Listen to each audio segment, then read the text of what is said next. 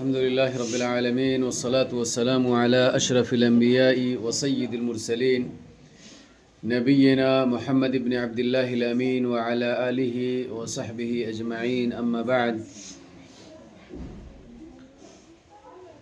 فقد قال الله تعالى في القرآن المجيد أعوذ بالله من الشيطان الرجيم بسم الله الرحمن الرحيم ولا تقف ما ليس لك به علم إن السمع والبصر والفؤاد كل أولئك كان عنه مسؤولا۔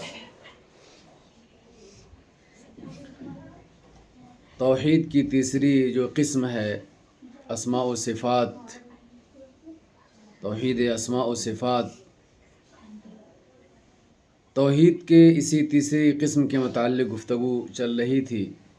پچھلے درس میں اللہ رب العالمین کے کچھ ناموں اور کچھ صفات کا ذکر بطور مثال آپ کے سامنے کیا گیا تھا، اور ہر صفت اور ہر نام کو قرآن اور حدیث سے ثابت کیا گیا تھا۔ آج کے اس درس میں اسماء و صفات کے باب میں جو قواعد ہیں، جو قاعدے ہیں، انہی قواعد کے حوالے سے گفتگو ہوگی۔ چند قاعدے ہیں جن کی رعایت کرنا اور جن کا خیال کرنا اسماء و صفات کے باب میں ازحد ضروری ہے، ان قاعدوں کا ذکر ہوگا۔ سب سے پہلا جو قاعدہ ہے اسماء و صفات کے باب میں وہ ہے القول فی الصفات کالقول فی الذات۔ القول فی الصفات کالقول فی الذات کیا مطلب؟ اللہ رب العالمین کے صفات کے متعلق گفتگو کرنا یہ ویسے ہی ہے جیسے اللہ کی ذات کے بارے میں گفتگو کرنا ہے۔ اللہ کی ذات کے بارے میں گفتگو کرنا اللہ کے صفات کے بارے میں گفتگو کرنے کی طرح سے ہے۔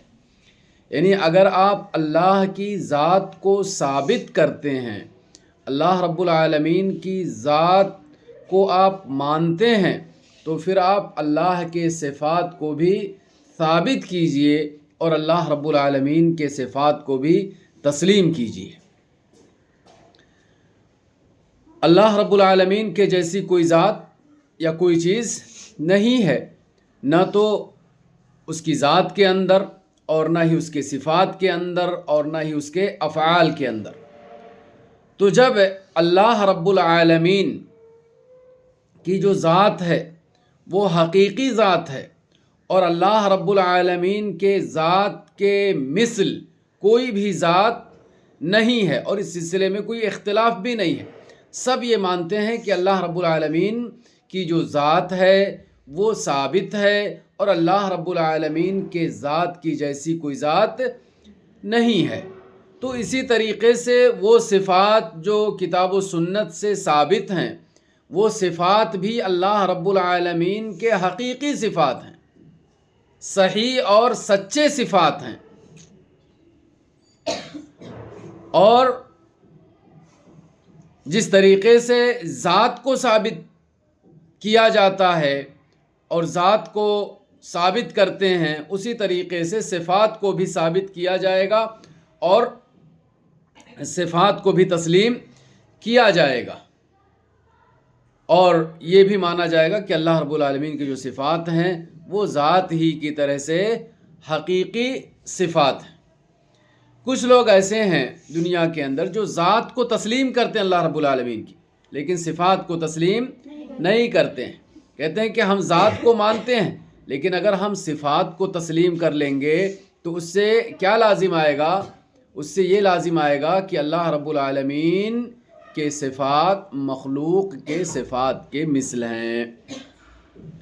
اللہ رب العالمین کے صفات کو مشابہ قرار دینا ہو جائے گا مخلوق کے صفات سے، اگر ہم اللہ کی صفات کو ثابت کریں گے، جبکہ ایسا نہیں ہے۔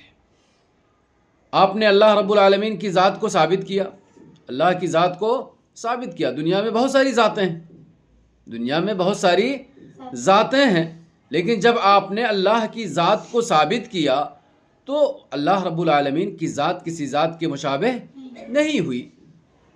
تو جب ذات کو ثابت کرنے میں اللہ کی ذات کسی اور ذات کے مشابہ نہیں ہوئی، تو جب آپ صفات کو ثابت کریں گے تو اللہ کے صفات مخلوقین کے صفات کے مشابہ کیسے ہو جائے گا؟ تو جس طریقے سے آپ ذات کو ثابت کرتے ہیں اسی طریقے سے اللہ رب العالمین کے صفات کو بھی کیا کریں گے؟ ثابت کریں گے۔ جس طریقے سے آپ اللہ رب العالمین کی ذات کو ثابت کرتے ہیں اسی طریقے سے اللہ کی صفات کو بھی ثابت کریں گے۔ جس طریقے سے اللہ کی ذات کو ثابت کرنے کی وجہ سے اللہ کی ذات دوسرے ذات کے مشابہ نہیں ہوتی ہے، اسی طریقے سے اللہ کی صفات کو ثابت کرنے میں اللہ کے صفات کسی دوسرے کے صفات کے مشابہ نہیں ہوگی۔ یہ پہلا قاعدہ ہے۔ پہلا قاعدہ کیا ہے کہ جس طریقے سے ذات کے بارے میں گفتگو کی جاتی ہے اسی طریقے سے صفات کے متعلق بھی گفتگو کی جائے گی، یعنی دونوں میں الگ الگ گفتگو نہیں ہوگی کہ آپ ذات کو ثابت کریں صفات کو ثابت نہ کریں، یا صفات کو ثابت کریں اور ذات کو ثابت نہ کریں۔ بلا صفات کی کوئی ذات ہو ہی نہیں سکتی۔ اگر آپ صفات کا انکار کریں گے تو گویا کہ آپ ذات کا انکار کرتے ہیں، اس لیے کہ اگر آپ کہیں کہ آپ میں کوئی ذات ہے، مثال کے طور پہ کوئی ذات ہے اور وہ بلا صفت ہے، تو پھر ذات ہوگی ہی نہیں، پھر وہ ذات ہوگی ہی نہیں، اس لیے کہ چند صفات کا مجموعہ ہی ہوتی ہے ذات جو ہوتی ہے وہ چند صفات کا مجموعہ۔ جیسے انسان کی ایک ذات ہے، مان لیجئے انسان کی ایک ذات ہے، اب ہم یہ کہیں کہ انسان ایسا انسان ہے جس کے پاس کوئی صفت نہیں ہے، کوئی صفت نہیں ہے، نہ سننے کی صفت ہے، نہ دیکھنے کی صفت ہے، نہ سونگھنے کی صفت ہے، نہ چکھنے کی صفت ہے، نہ چلنے کی صفت ہے، نہ دوڑنے کی صفت ہے، نہ پکڑنے کی کوئی صفت ہی نہیں ہے، تو پھر انسان ہوگا؟ انسان کہلائے گا؟ نہیں کہلائے گا۔ یعنی بہت سارے صفات کے مجموعے ہی کا نام کیا ہے؟ بہت سارے صفات کے مجموعے ہی کا نام ذات ہے۔ اگر ذات کو صفات سے عاری کر دیا جائے گا، یہ کہا جائے گا کوئی ذات ہے بلا صفت کے، تو وہ ذات نہیں ہوگی، وہ ذات نہیں ہوگی۔ چند صفات کے مجموعے ہی کا نام کیا ہے؟ ذات ہے۔ تو اللہ رب العالمین کی ذات کو آپ ثابت کرو اور اللہ رب العالمین کے صفات کا انکار کرو تو کیا ہو جائے گا؟ گویا کہ ذات کا بھی انکار ہو جائے گا، ذات کا بھی انکار ہو جائے۔ لہٰذا اگر آپ اللہ کی ذات کو ثابت کر رہے ہیں تو کیسے ثابت کرنا ہوگا؟ صفات کے ساتھ ثابت کرنا ہوگا، اور اللہ کے ذات کو ثابت کرنے کے ساتھ ساتھ صفات کو ثابت کرنے میں تشبیہ لازم نہیں آئے گی۔ جس طریقے سے اللہ کی ذات بے مثال ہے اسی طریقے سے اللہ کے صفات بھی بے مثال ہیں۔ تو یہ پہلا قاعدہ۔ اور دوسرا قاعدہ ہے القول فی بعض الصفات کالقول فی بعضها الآخر، کہ بعض صفات کے اندر گفتگو کرنا، بعض صفات کے اندر کوئی بات کہنا، یہ دوسرے صفات کے متعلق بات کرنے کی طرح سے ہے۔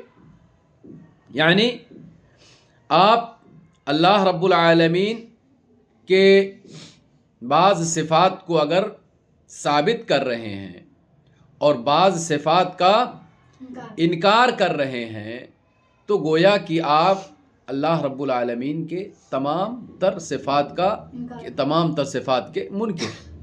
اگر یہ کہیں کہ یہ صفت ان صفات سے اللہ کی ذات متصف ہے اور ان صفات سے اللہ کی ذات متصف نہیں ہے، ان صفات سے اللہ کی ذات متصف، اللہ کی ذات کو ہم ان صفات سے متصف کریں گے اور دیگر جو صفات ہیں ان سے اللہ کی ذات کو متصف نہیں کریں گے، اس لیے کہ باقی جو صفات ہیں ان سے ہم اگر اللہ کی ذات کو متصف کرتے ہیں تو پھر مشابہت لازم آتی ہے۔ تو یہ کہنا درست نہیں ہے، یہ کہنا درست نہیں ہوگا، اس لیے کہ اگر آپ چند صفات کو اللہ کے لیے ثابت کر رہے ہیں، مثال کے طور پہ جیسے آپ زندگی کو، علم کو، قدرت کو، سننے کو، دیکھنے کو آپ ثابت کر رہے ہیں، اور پھر آپ جو محبت کی جو صفت ہے کہ اللہ محبت کرتا ہے، اللہ راضی ہوتا ہے، اللہ غضبناک ہوتا ہے، آپ کہیں کہ یہ اللہ کی صفات نہیں ہے بلکہ ان کا مجازی معنی مراد ہے، تو پھر کیا ہو جائے گا؟ یہ درست نہیں ہوگا، یہ کہنا درست نہیں ہوگا۔ جس طریقے سے آپ نے زندگی، علم اور قدرت اور سننے اور دیکھنے کے صفات کو ثابت کیا ہے، اسی طریقے سے آپ اللہ رب العالمین کے جو دیگر صفات ہیں، جو صفت محبت ہے، رضا ہے، غضب ہے، ان تمام صفات سے بھی اللہ کی ذات کو متصف کرنا چاہیے، بلکہ کیا جائے گا، ہے نا؟ تو اگر آپ ان صفات سے یا ان صفات کا اگر آپ انکار کر رہے ہیں یہ کہہ کر کے کہ ان صفات سے اگر اللہ کی ذات کو ہم متصف کریں گے کہ اللہ راضی ہوتا ہے، اللہ تعالیٰ خوش ہوتا ہے، اللہ تعالیٰ محبت کرتا ہے، اللہ تعالیٰ غصہ ہوتا ہے، اگر ہم ان صفات سے اللہ کی ذات کو ثابت کریں گے تو اس سے کیا لازم آئے گا؟ مخلوق سے مشابہت لازم آئے گی۔ تو یہ کہنا درست نہیں ہوگا، یہ کہنا درست نہیں ہوگا، اس لیے کہ اگر ان صفات سے متصف کرنے سے اللہ کی ذات مخلوق کے ذات کے مشابہ ہو جائے گی تو پھر یہ مشابہت وہاں پہ بھی لازم آئے گی جب آپ اللہ کی ذات کو کس سے متصف کریں گے؟ زندگی سے متصف کریں گے، علم سے متصف کریں گے، قدرت سے متصف کریں گے، ارادے سے متصف کریں گے، اور سننے اور دیکھنے کی صفت سے متصف کریں گے، تو وہاں پہ بھی تو مشابہت لازم آ سکتی ہے۔ لیکن چونکہ اللہ کی ذات کسی بھی ذات کے مشابہ نہیں ہے، اللہ کے صفات کسی بھی مخلوق کے صفات کے مشابہ نہیں ہے، لہٰذا کسی بھی صفت سے متصف کرنے میں اللہ کی ذات کو یا اللہ کی ذات کو کسی بھی صفت سے متصف کرنے میں کسی بھی طرح کی مشابہت لازم نہیں آئے گی، اس لیے کہ اللہ رب العالمین کے صفات میں اللہ کا کوئی مشابہ نہیں ہے۔ تو یہ دو قاعدہ آپ اس کو یاد رکھیں۔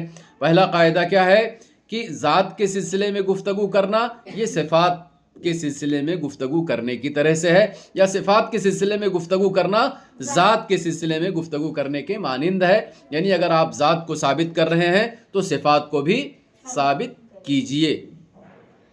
اور اسی طریقے سے دوسرا جو قاعدہ ہے وہ ہے کہ بعض صفات میں گفتگو کرنا یہ بعض دوسرے صفات میں گفتگو کرنے کی طرح سے ہے، بعض صفات میں گفتگو کرنا بعض دوسرے صفات میں گفتگو کرنے کی طرح سے ہے، یعنی اگر آپ چند صفات کو ثابت کر رہے ہیں اور چند صفات کا انکار کر رہے ہیں تو یہ درست نہیں ہوگا۔ آپ تمام تر صفات کو اللہ کے لیے ثابت کریں۔ اگر آپ یہ کہتے ہیں کہ چند صفات سے متصف کرنے اس کی وجہ سے وہاں مشابہت لازم آئے گی، تو چند دیگر صفات جو ہیں ان سے بھی متصف کرنے میں مشابہت لازم آ سکتی ہے، لیکن چونکہ اللہ کی ذات کسی بھی ذات کے مشابہ نہیں ہے، اللہ کے صفات کسی بھی مخلوق کے صفات کے مشابہ نہیں ہیں، لہٰذا آپ جو بھی صفات اللہ کے ہیں جن سے اللہ نے اپنی ذات کو متصف کیا ہے، ان صفات سے اگر آپ اللہ کی ذات کو متصف کریں گے تو وہاں کسی قسم کی کوئی مشابہت